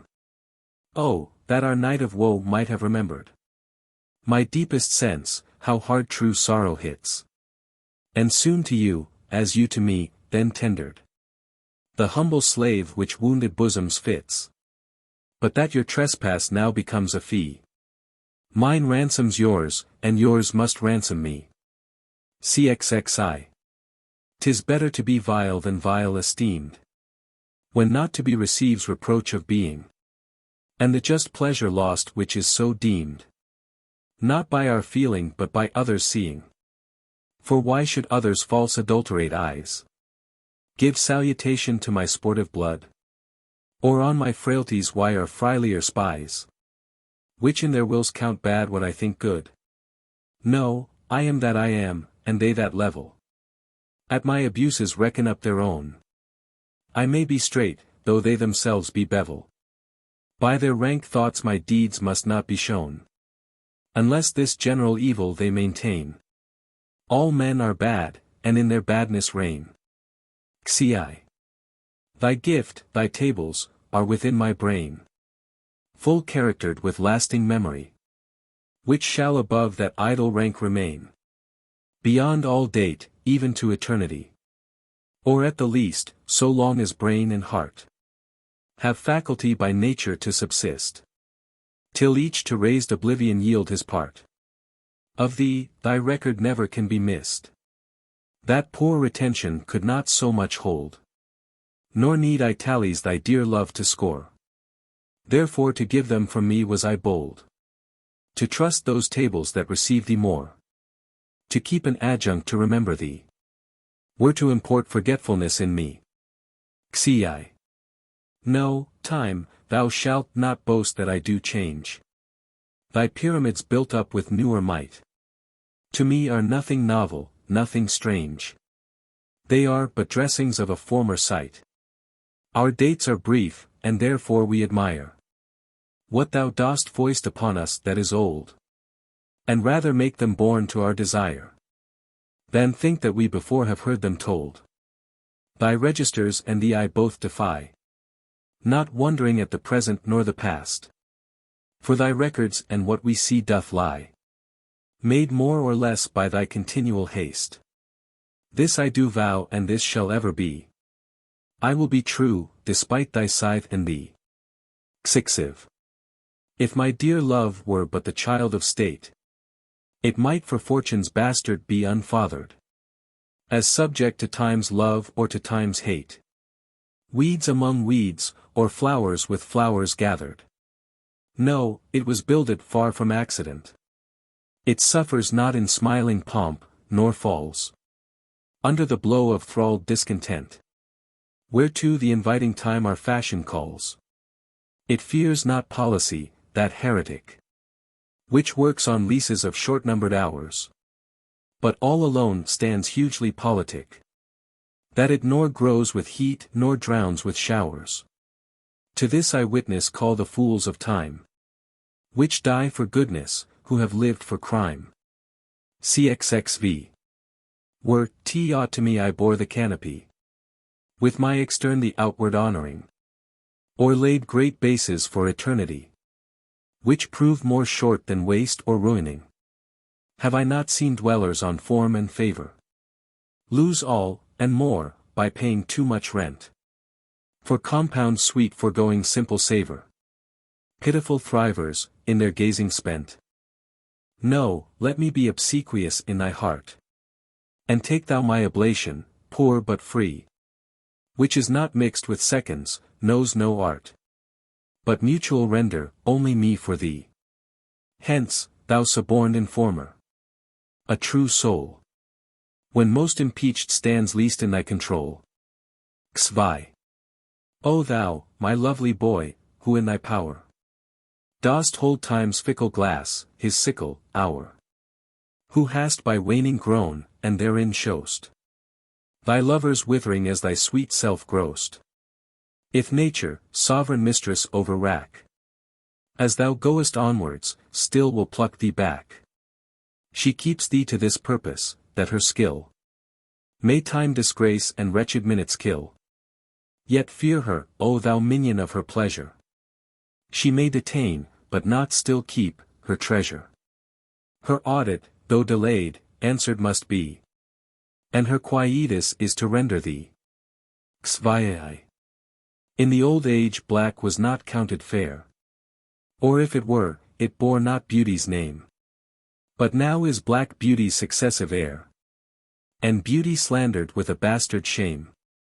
For since each hand hath put on nature's power, fairing the foul with art's false borrowed face, sweet beauty hath no name, no holy bower, but is profaned, if not lives in disgrace. Therefore my mistress' brows are raven black, her eyes so suited, and they mourners seem. At such who, not born fair, no beauty lack, slandering creation with a false esteem.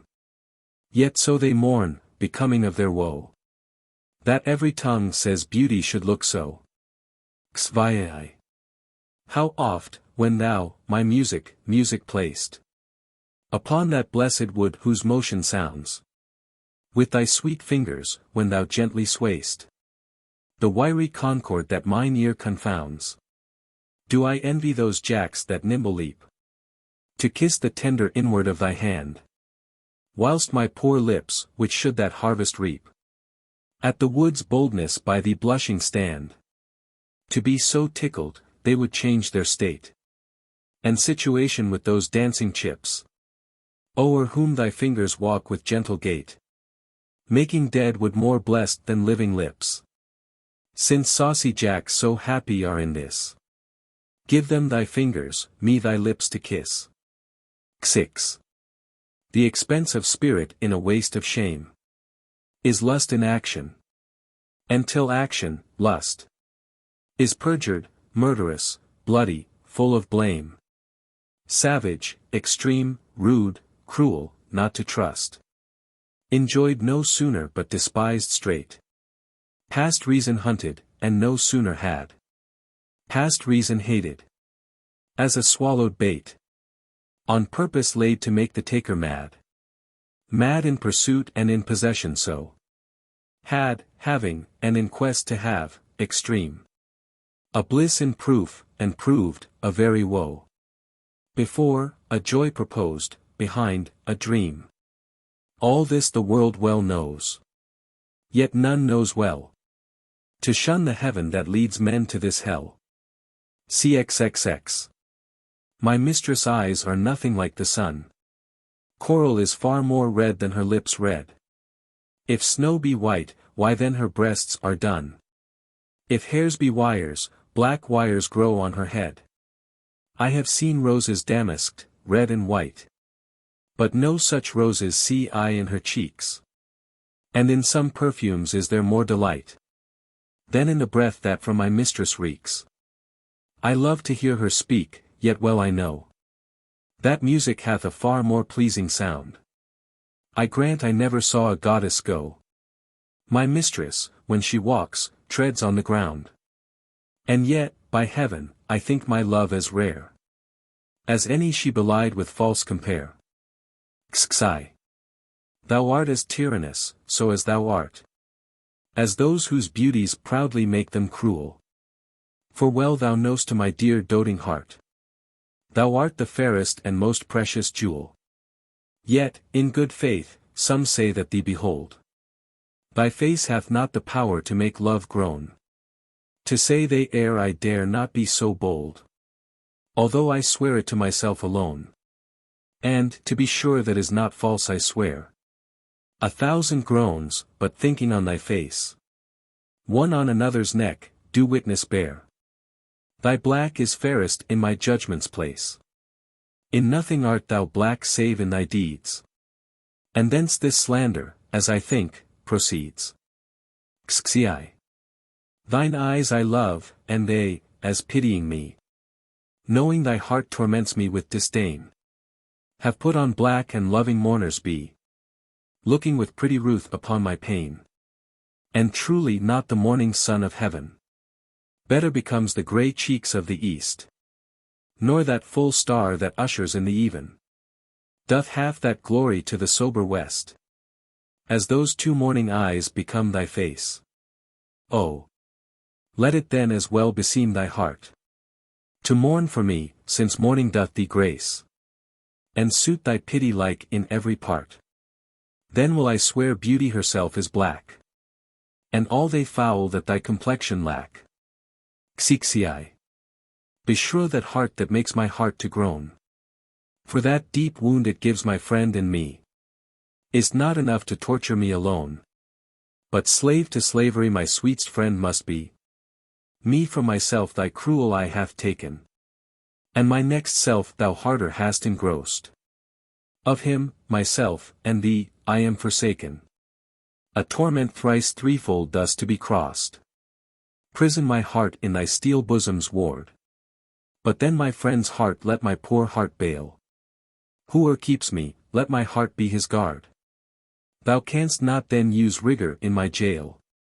And yet thou wilt, for I, being pent in thee, perforce am thine, and all that is in me. Xiv. So, now I have confessed that he is thine, and I myself am mortgaged to thy will. Myself I'll forfeit, so that other mine Thou wilt restore, to be my comfort still. But thou wilt not, nor he will not be free. For thou art covetous and he is kind. He learned but surety like to write for me. Under that bond that him as fast doth bind. The statute of thy beauty thou wilt take. Thou usurer, that put'st forth all to use. And sue a friend came debtor for my sake. So him I lose through my unkind abuse. Him have I lost, thou hast both him and me. He pays the whole, and yet am I not free. CXXXV. Whoever hath her wish, thou hast thy will. And will, to boot, and will, in overplus. More than enough am I that vex thee still. To thy sweet will making addition thus. Wilt thou, whose will is large and spacious, not once vouchsafe to hide my will in thine? Shall will in others seem right gracious? And in my will no fair acceptance shine? The sea all water, yet receives rain still. And in abundance addeth to his store. So thou, being rich in will, add to thy will one will of mine, to make thy large will more. Let no unkind, no fair beseechers kill. Think all but one, and me in that one will. XXVI. If thy soul check thee that I come so near, swear to thy blind soul that I was thy will.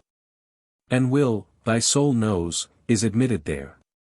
Thus far for love my love suit, sweet, fulfill. Will fulfill the treasure of thy love. I, fill it full with wills, and my will one. In things of great receipt with ease we prove. Among a number one is reckoned none. Then in the number let me pass untold. Though in thy store's account I one must be. For nothing hold me, so it please thee hold.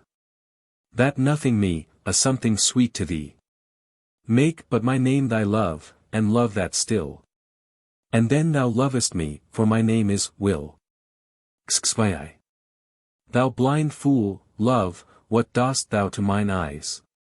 That they behold, and see not what they see. They know what beauty is, see where it lies. Yet what the best is take the worst to be.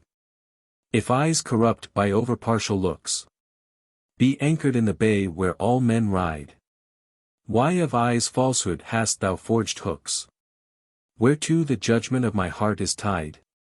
Why should my heart think that a several plot, which my heart knows the wide world's commonplace? Or mine eyes seeing this, say this is not to put fair truth upon so foul a face? In things right true my heart and eyes have erred, and to this false plague are they now transferred. XXVIII. When my love swears that she is made of truth, I do believe her, though I know she lies. That she might think me some untutored youth, unlearned in the world's false subtleties. Thus vainly thinking that she thinks me young, although she knows my days are past the best. Simply I credit her false speaking tongue. On both sides thus is simple truth suppressed. But wherefore says she not she is unjust? And wherefore say not I that I am old? Oh, love's best habit is in seeming trust. And age in love loves not to have years told. Therefore I lie with her and she with me.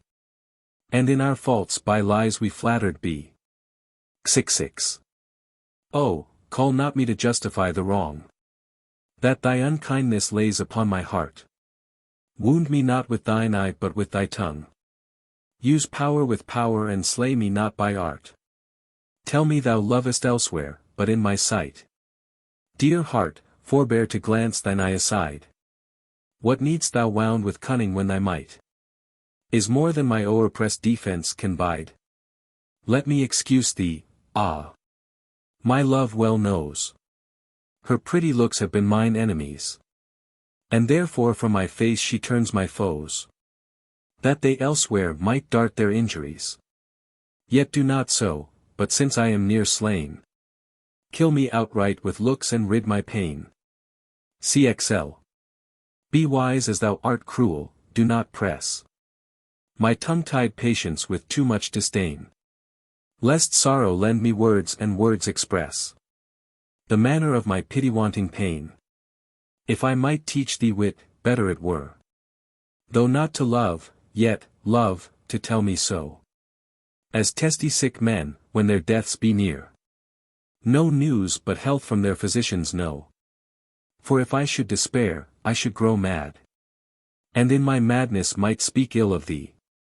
Now this ill-resting world is grown so bad. Mad slanderers by mad ears believed be. That I may not be so, nor thou belied. Bear thine eyes straight. Though thy proud heart go wide. CXLI.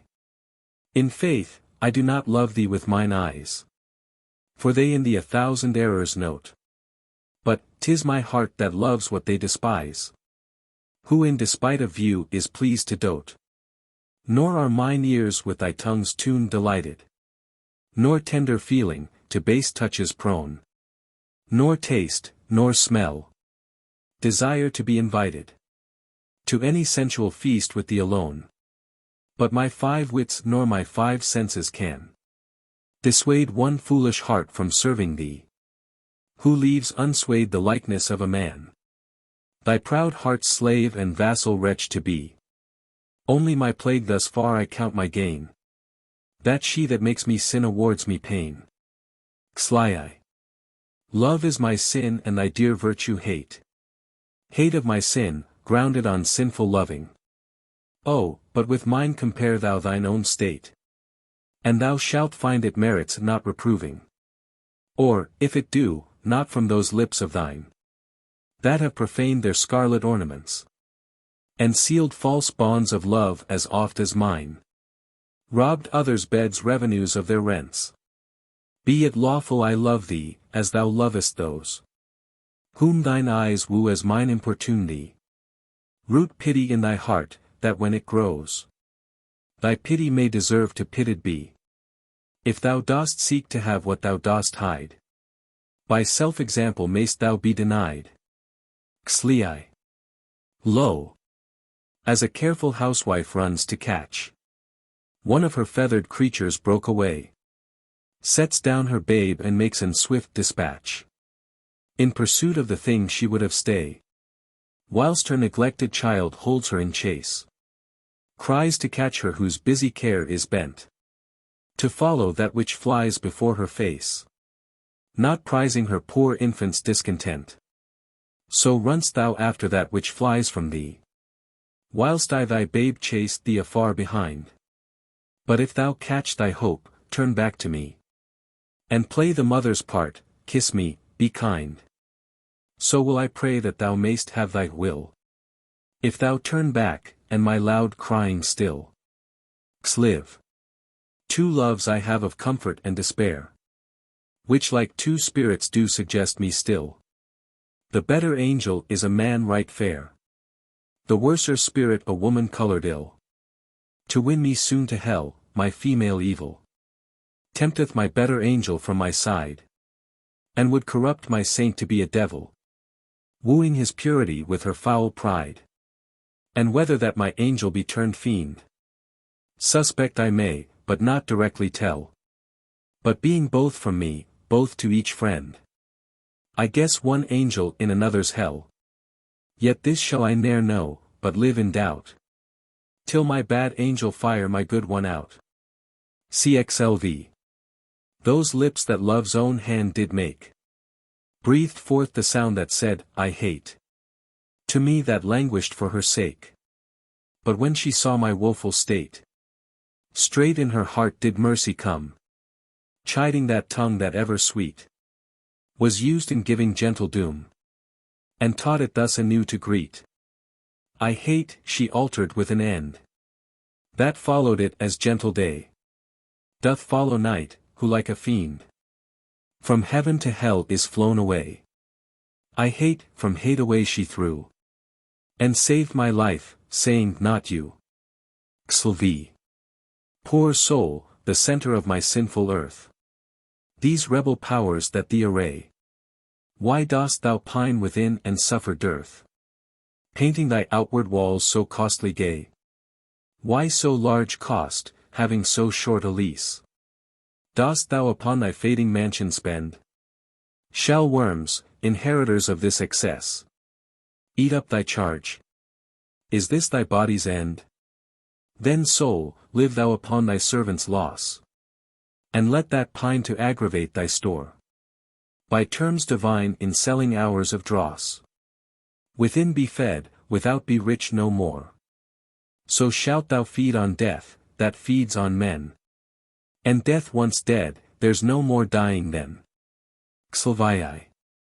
My love is as a fever, longing still for that which longer nurseth the disease, feeding on that which doth preserve the ill, the uncertain sickly appetite to please.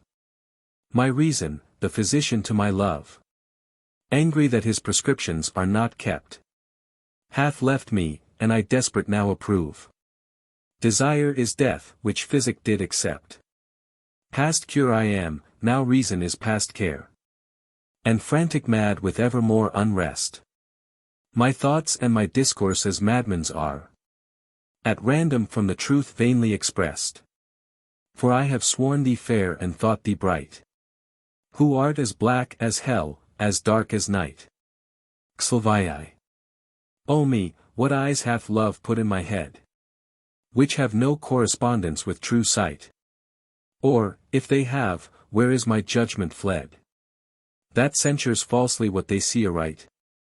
If that be fair whereon my false eyes dote, what means the world to say it is not so? If it be not, then love doth well denote. Love's eye is not so true as all men's know. How can it?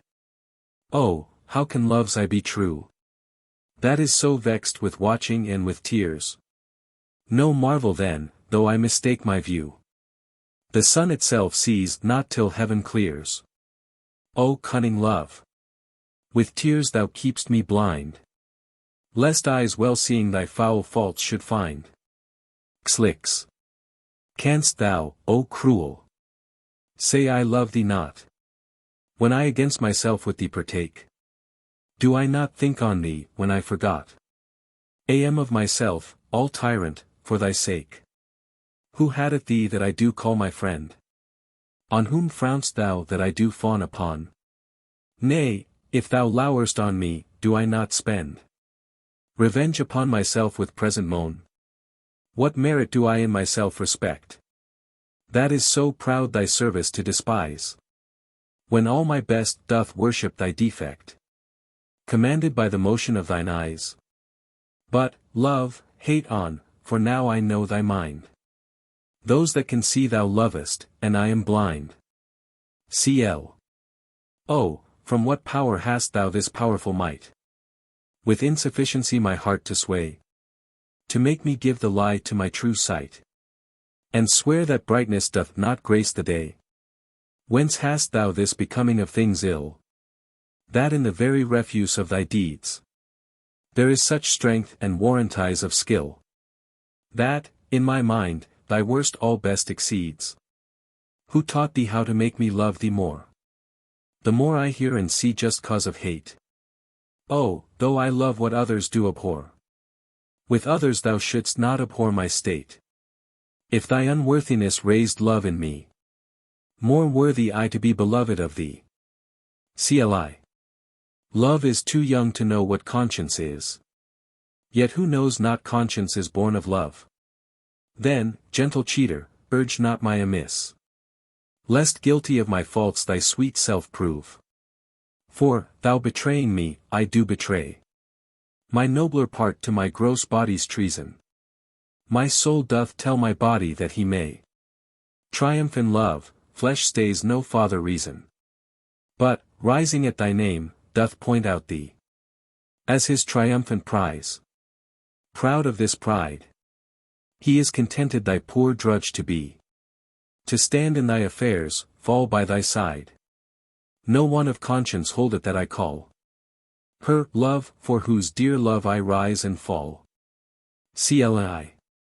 In loving thee thou know'st I am forsworn, but thou art twice forsworn, to me love swearing. In act thy bed vow broke and new faith torn, in vowing new hate after new love bearing. But why of 2 oaths breach do I accuse thee? When I break 20, I am perjured most. For all my vows are oaths but to misuse thee. And all my honest faith in thee is lost. For I have sworn deep oaths of thy deep kindness. Oaths of thy love, thy truth, thy constancy. And, to enlighten thee, gave eyes to blindness. Or made them swear against the thing they see. For I have sworn thee fair, more perjured I. To swear against the truth so foul a lie. Clyi.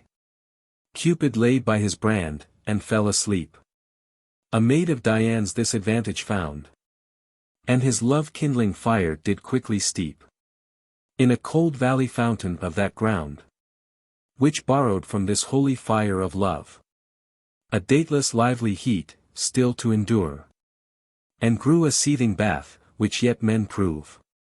Against strange maladies a sovereign cure. But at my mistress I love's brand new fired. The boy for trial needs would touch my breast. I, sick withal, the help of bath desired. And thither hied, a sad distempered guest. But found no cure, the bath for my help lies. Where Cupid got new fire my mistress' eyes. Cliv. The little love god lying once asleep. Laid by his side his heart flaming brand. Whilst many nymphs that vowed chaste life to keep. Came tripping by. But in her maiden hand. The fairest votary took up that fire. Which many legions of true hearts had warmed. And so the general of hot desire. Was sleeping by a virgin hand disarmed. This brand she quenched in a cool well by. Which from love's fire took heat perpetual. Growing a bath and healthful remedy. For men diseased. But I, my mistress' thrall. Came there for cure, and this by that I prove. Love's fire heats water, water cools not love. How do you find this book? Any thoughts about the book or the author? Any suggestion for improvement? Please take a moment to share your thoughts in a comment.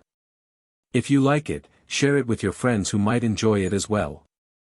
Subscribe to keep in touch. Visit CompleteAudiobooks.com for more quality content.